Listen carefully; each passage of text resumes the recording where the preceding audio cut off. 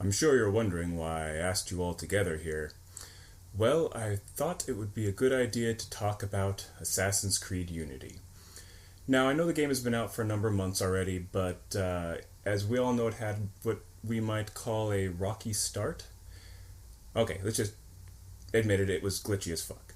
But at the same time, at the core, it was a fairly decent game, and I want to kind of go through and analyze that, as well as we just had their expansion come out, Dead Kings, which I figured being able to wrap it all up in one and review it together would be a good idea.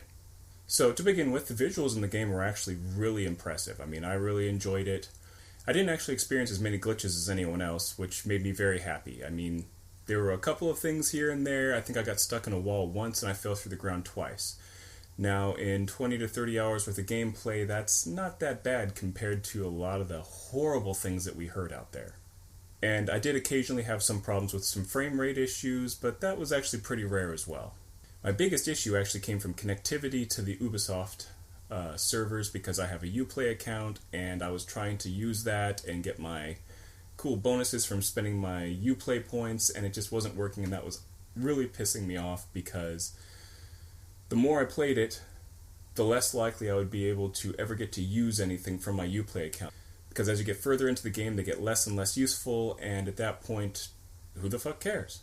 Besides that, the game itself was fairly well put together. I mean, the plot was kind of interesting, and I enjoyed most of the characters, to be honest, except for one, and that was our main character. So that, to me, was actually the major flaw.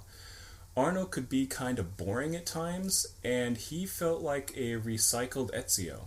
I mean, he really did. Not only did he look like him, he acted like him, his voice felt fairly similar. And running around France, I felt like I was running through an area that just felt somewhat like Rome, just like I was with Ezio. I don't know, even just facially, they look so much alike that I wasn't feeling the character because he was so much like another one that I'd already played. But at the same time, I really loved Elise, and we got to see her so little it was really upsetting. The big thing about this game is they wanted to go co-op, and you got 4-player co-op, and it's like really awesome, and I didn't get a chance to get into that because glitchiness problems and server problems, so I just didn't worry about it. But what they should have done, if they really wanted to push the multiplayer, was second co-op character Elise. Put them together from the beginning. She's looking for revenge, he's looking for revenge as well, and so they're doing everything together, and bam, you've got an awesome gameplay possibility right there. And that's what it should have been from the beginning. Have some rocky things here and there. Maybe you two have to do a couple of missions separate because the other person's obviously going to be on another console, because they never do co-op on the same console anymore unless it's like a side-scroller indie game. But that would have been my preference. I thought Elise was a rich and interesting character, and they had some fantastic interactions, and the cutscenes between those two were just breathtakingly beautiful. It was awesome. Unfortunately, this is just like every other Assassin's Creed game and suffered from the same downfalls. It's like the parkour was really frustrating at times. They made it better while simultaneously having all the same problems. I'd try and run across a room or out a door, and I might scale the wall next to the door, or I'd jump onto a chair and I couldn't get back off again, and I wanted to strangle the fucking game and kill the character I was playing. But they came up with a much more quick and fascinating way of scaling buildings and getting back off of them. And it was much faster, it was much more efficient. So when it was working, it was fantastic. But when it wasn't, I just wanted to scream. Ugh! So what I'm looking forward to is I'm looking forward to the next game, Assassin's Creed Victory. It's going to be coming out this later this year, because it's going to be using the same engine, and hopefully they'll have polished it up, because they've already found the big problem with the glitches with this game, so the next one should be much better. I'm hoping. Please, much better. So we should see a much improved game this next time around. It's like, yes, it didn't play very much different, but the engine, it did feel different. It played different, and it looked different, like when the character would run, because from all the first Assassin's Creed games, you could always see the exact same guy moving in the exact same way. It was so familiar, and it was comfortable, and now we've been taken out of that comfort zone, and I'm looking forward to just delving into something new. One thing I found interesting is in the past few games, they've done things where you could train assassins and they could help you on side missions and stuff, and that's kind of cool, but they moved that entirely to a side app on a mobile device so that you can get bonuses and game add-ons from this app by playing little side assassins missions. You send them out, they come back in an hour, you get something. It's kind of neat to be able to take it with me and go do stuff. So that added to it, except for the fact that that game ate through my battery like no other app I've ever had. It was just crazy. My phone would heat up, and the battery, I could almost see it inching down. It was painful. And at like half a gig, that was a hefty piece of software. I would have been okay just keeping it in the game, honestly, and having it connected to one on a device if I really wanted to go that far. But the device, the app game was actually fairly intricate. You could twist and turn and move the map of the cities to get that 3D effect, and I was actually fairly impressed with it for as simple as it was. Now, the one big downfall is that Ubisoft is moving towards microtransactions. Actually, they're not moving toward them, they've jumped wholeheartedly into them. And now we have microtransactions in the game. They're not necessarily a bad thing in this instance, I'm going to say, because you can gain anything in-game the normal way through regular currency, or you can spend a bunch of money and you can buy this extra currency to use those to buy things.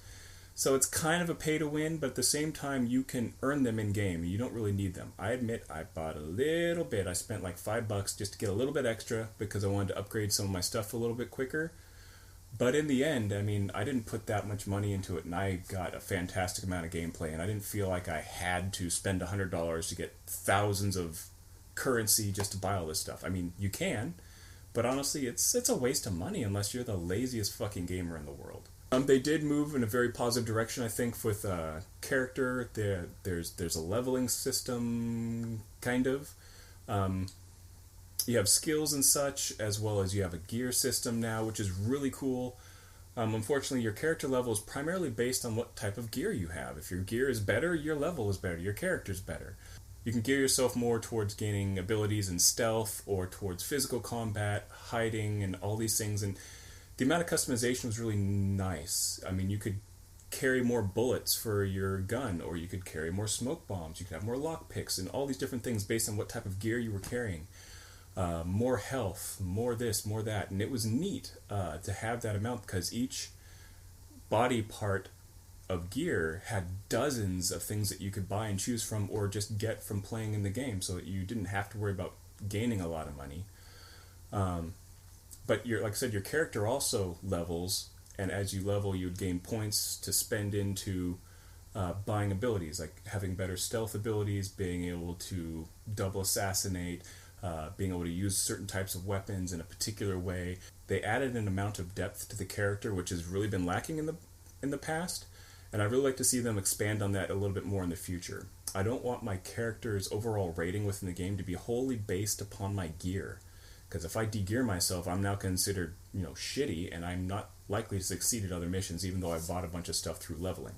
One thing I do miss from most more recent games is health regeneration. They went back to the strict using health potions, which I don't like, to be honest. It's an extra thing to have to carry, and it's another thing to have to track, and I get a little bit tired of that. I miss, if I'm out of combat, why can't it just regenerate? Because in reality, I could just use a potion and go buy more. Because they make it so easy for you to make money. All you have to do is go to your little theater. Go to the theater. And as you go to the theater, you can improve things at the theater. You can spend money into this place, and it becomes bigger and better. You renovated it, and you make a shit ton of money. There's places for you to link to it around town, and all these other things, and it's the same money-making mechanic we've always had, but they've actually dumbed it down. I actually don't like it nearly as much as the other one, but at the same time, previously your character was symbolically very powerful, and you were buying up stores all over the place, or you had an entire villa, and you're like, I'm making money off of this shit because I'm like a count and crap. But now, you're this small-town boy, in all reality, who is investing in this one place to try and make money off of it. So you're making money from one place. So it's character-driven story appropriate to this setting and character. So I like that, but I miss some of the expansiveness of the other. So in reality, I think we may see another mini-game starring Arno, where he's maybe older, wiser, has a little bit more experience under his belt, and maybe we'll get to see him be a little more expansive with that. I think that would be really cool. You do have to be very careful when going into combat, though, because it can quickly become deadly. In previous games, you get used to the idea, you hit certain buttons, and bam, you're just going to be fine. You can make it through any combat. Oh, 10 guys, it'll take a while, but I can handle it. Unless you become really good with your timing, you're not going to be able to take on more than 3 or 4 characters at a time. So that is why I chose a character build that made it so I held tons of smoke bombs. I'm like, oh shit, 5 guys. Dead, dead, dead, dead, dead. Move on. Because I have this problem, I'm not particularly good at the stealth, so I will run in, I'll cause a commotion, and if I can't get out of it, I'll throw a smoke bomb and kill everyone. So that's my tactic. There are times when I can be really good at the stealth, but sometimes I'm not patient when it comes to the story. And we'll get into that here with Dead Kings. Dead Kings is a highly difficult DLC. It's a level 4. Most people, after finishing the game, putting some money into a decent amount of gear, you're going to be level 4 or 5. Dead Kings has a lot of soldiers and guards hanging out, so it's a very stealth-based DLC that has a high level of difficulty. Personally, I did exactly what I just told you I did. Once I learned my way around the map, I rushed through, and I threw a smoke bomb, and I went where I needed to go. It wasn't that big of a deal. But you have to know where you have to go first and how to get there. You kind of have to figure it out. You know the way down is over there, but there's walls and shit. So how do I get in? Where's the door and the window and the way down? But the neat thing with this DLC, first of all, it comes free. It was part of their season pass until they got rid of the season pass because they had this horrible launch, like, we're going to give this DLC free to everyone. Even if you just buy the game today and it's been patched and it's working way better, you can get the DLC for free. And the DLC area is its own little town. It's actually fairly large for DLC. I want to say it's like 8 or 10 gig download, and that's significant. And it's a new place. It feels and looks different than where we've been already. It's obviously, it's still France, and it has that French architecture feeling, but it's still got a very different atmosphere to it, which is important because, like I said, the rest of it felt so much like a recycled Rome to me that I wasn't enjoying as much, and I felt more of a difference here, and that's what I was really wanting, and I got it. But the problem comes from the fact that the story in this isn't as engaging. You get to witness Napoleon again. You don't interact with him. You don't talk to him. You're dealing with his cronies. He's trying to get this magic item, and you don't know why or how, but it can't be good. Who's looking for magical items in the runes?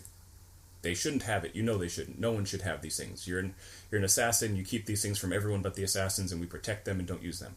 So that's what you do. You end up finding all these clues. You're going from place to place until you get to the very end, and guess what?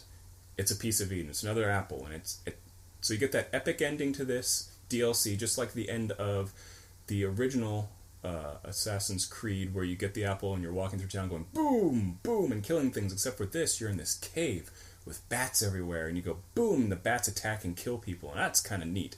I like that mechanic. But within that mechanic, they give you a lantern, and the lantern wards off bats as you're going through caves. It gets rid of rats, and it gets rid of bugs and stuff like that. And during this interaction, the apple of Eden, or the piece of Eden, is inside your lantern. So you charge up your lantern, it explodes, and the bats kill the bad guys. So I really liked that. I thought it was well done, and it was pretty cool. You do get a little bit of character development with Arno in this story, which is really appreciated because he's starting to lose faith in everything in reality. He's lost Elise, things are going horrible. You actually end up chasing down someone who looks like her, is wearing the same clothes, has the same hair, and you find her, and it's not her. That was disappointing as all hell. I mean, that could have been an interesting move in a direction I would have enjoyed. Like I said, I like that character. I want to see more done with her. But yeah, you never know what's going to happen in this story. But what vehicle does the restoring of faith usually happen in these stories? A small child. There's a thief. He's a little kid that becomes your guiding light in this place. He knows what's right, even though he's a thief. He knows what's right, and he shows you what to do and tells you what to do, and eventually you come around and you do it. That's why you get the piece of Eden and Napoleon does not. And at the end you see Napoleon being arrested, but we all know how that story ends, right? Now the neat thing is there's a significant amount of things to do in this world. There's lots of collections and things. There's chests, there's the investigations, there's everything from the core game that they put into this game, and there's at least there's some of all of it to do there, which is really neat. It's actually expansive enough that I could almost consider it its own game. If they just elongated it out a little bit, added a few more missions, and just put some extra thought into it, they could totally have marketed this as a brand new standalone game.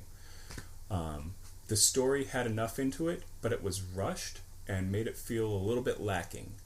If they had taken the time and given it the love it deserved, it totally could have been its own thing. So conversely, Dead Kings had all these things to do, but it didn't feel like I was overwhelmed.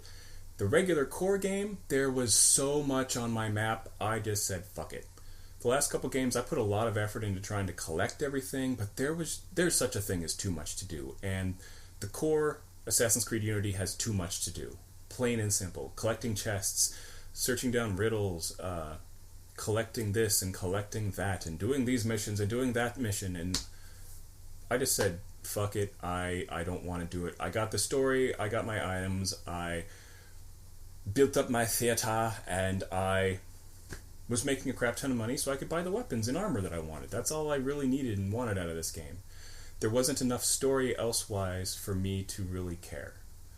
I did do almost all of those, however, in the Dead Kings DLC, so that I could stretch it out a little bit. It was a free DLC, but it still took me 5 to 10 hours to complete. I mean, if you did everything, it'd be about 10. I think it was like 6 or 7 for me, since I skipped a couple of things and rushed through some others, but if you really go through and you enjoy it, it's a significant amount for free DLC, and I highly recommend it if you get the core game. So where does that leave us? It was a very glitched game. It's been patched since. It's doing well. The story is good. All the characters are very well fleshed out and interesting, except for the main character. He's kind of falls flat a little bit, but he still could be worse. The DLC is really good, but the story falls flat and the character gets evolved, so that's nice. The activities are fun, new mechanics are fun. As a package, I give this 3.5 air assassinations out of 5. Which goes into my other minor gripe. You don't have the double blades anymore. If you do a double kill, you stab and then you snap their neck. But anyways, hopefully you will enjoy my video, and I'll make another one real soon. I will try and get this one edited and thrown out as soon as I possibly can, because I have 4 more in my brain that I need to shove into the internet. So, be looking forward to that, and I'll see you next time.